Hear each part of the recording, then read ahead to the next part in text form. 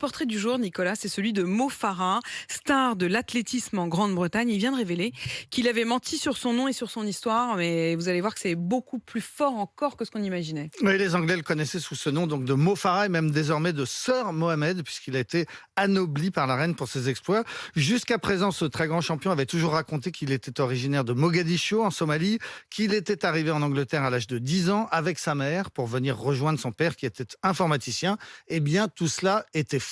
Il l'a révélé à la télévision. Most people know me as Mo Farah, but it's not my name or it's not the reality.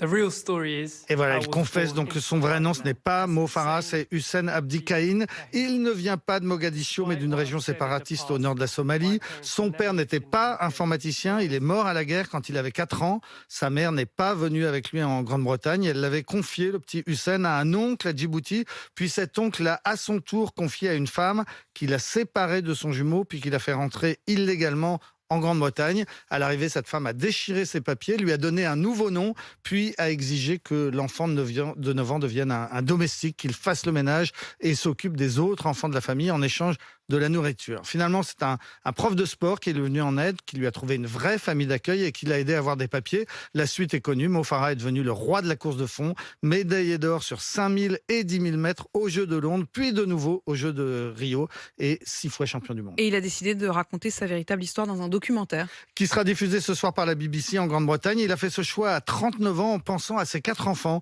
parce qu'il voulait pouvoir répondre franchement à toutes leurs questions. Des avocats l'ont prévenu qu'il pourrait se voir retirer sa nationalité britannique pour cause de fausses déclarations. Mais dès hier, le ministère de l'Intérieur a fait savoir qu'il n'en était pas question. Le ministre des Finances l'a au contraire félicité d'être devenu un modèle après avoir survécu à ce traumatisme. C'est ce que j'allais vous dire, il n'en mérite que plus le fait d'avoir eu la nationalité et tous ces honneurs quand on voit d'où il vient.